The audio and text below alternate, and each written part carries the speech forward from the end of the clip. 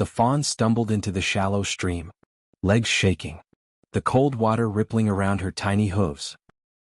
She was alone, calling softly for a mother who didn't answer. Too close to danger, too close to the treeline. Across the water, a puma cub peeked through the ferns, just as small, just as lost, nose twitching at the unfamiliar scent. For a split second, predator and prey locked eyes. No chase. No fear. Only the hush of the stream between them. The fawn dipped her head to drink. The cub copied her. By dusk, the valley carried proof of their strange moment, tiny hoof prints beside miniature paw prints pressed into the mud. The prints vanished by morning, but the memory didn't.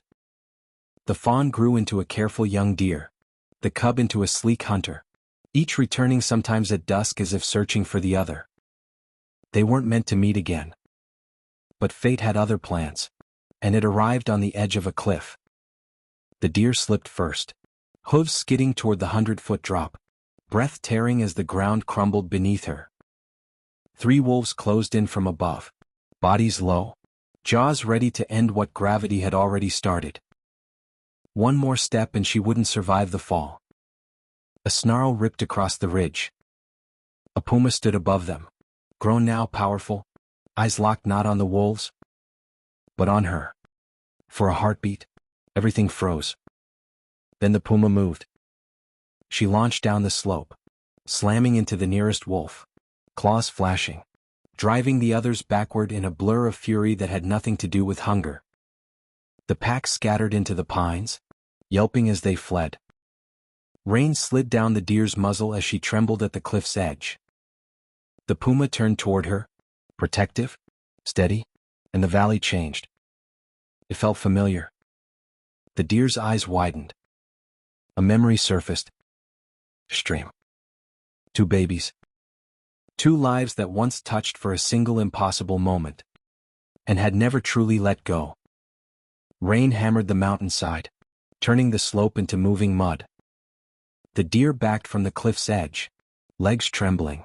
Below, the wolves regrouped among the boulders, spreading out, learning the terrain, closing the circle. Above them, the puma watched, chest heaving, tail flicking sharp, agitated arcs. The storm soaked her coat, but she didn't move back. Not when she saw the deer slipping. Not when the wolves crept closer. A wolf lunged. The deer bolted uphill, hooves sliding, but the cliff curved, forcing her toward the drop again. Stones skidded into the canyon below. The puma moved.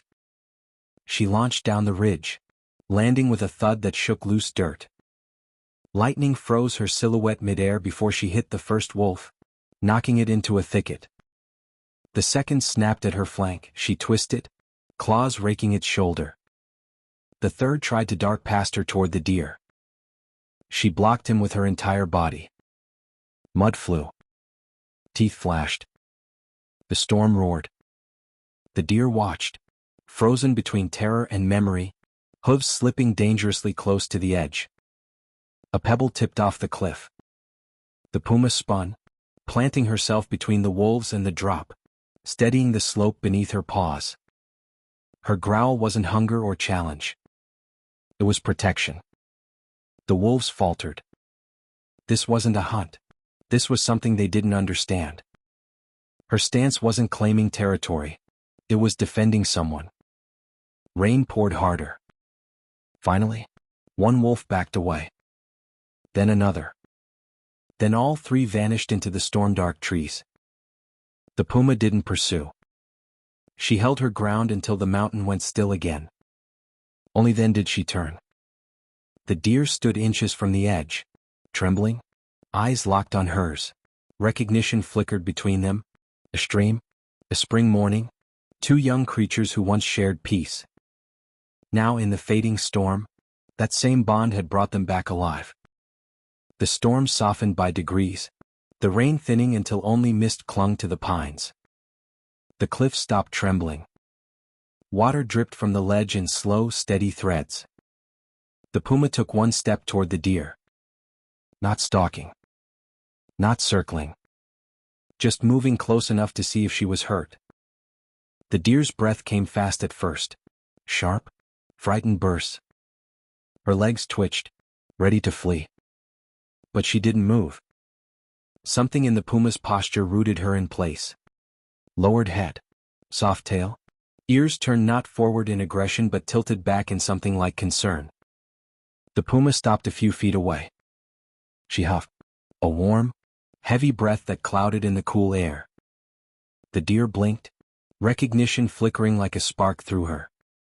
She knew that sound.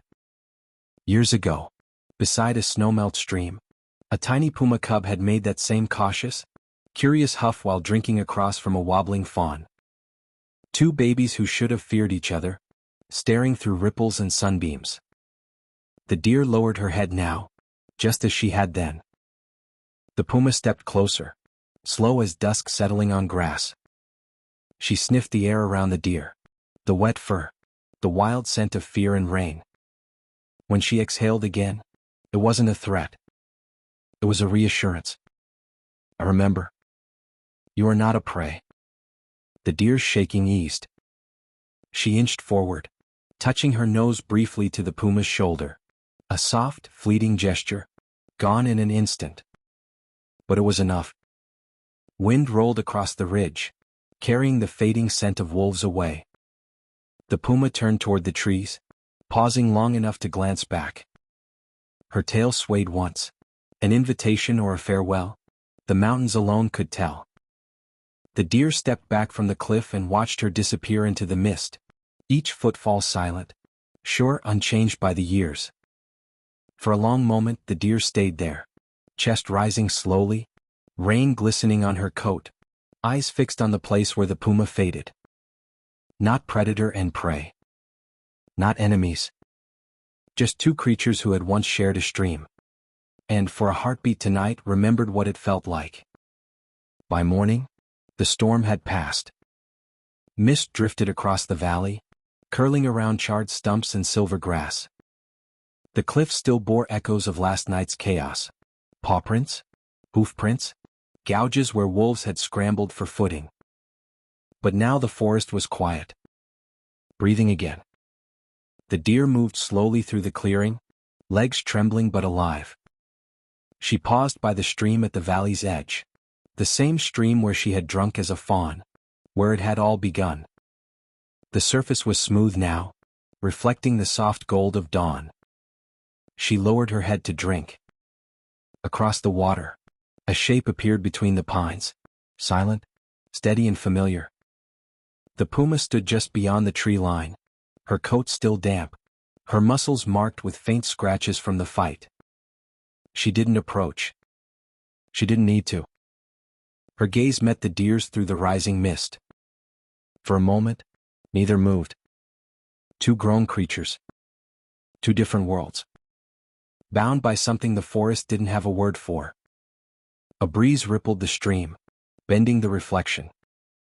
When the deer lifted her head again, the puma was already walking away, vanishing into the shadows with the same quiet grace she'd had as a cub.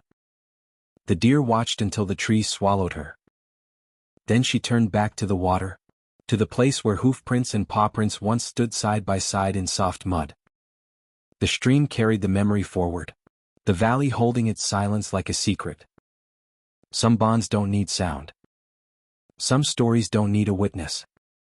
Somewhere in the whispering pines, two paths drifted apart, not predator and prey, but souls who had once met at the water's edge and carried each other in ways the wild rarely allows.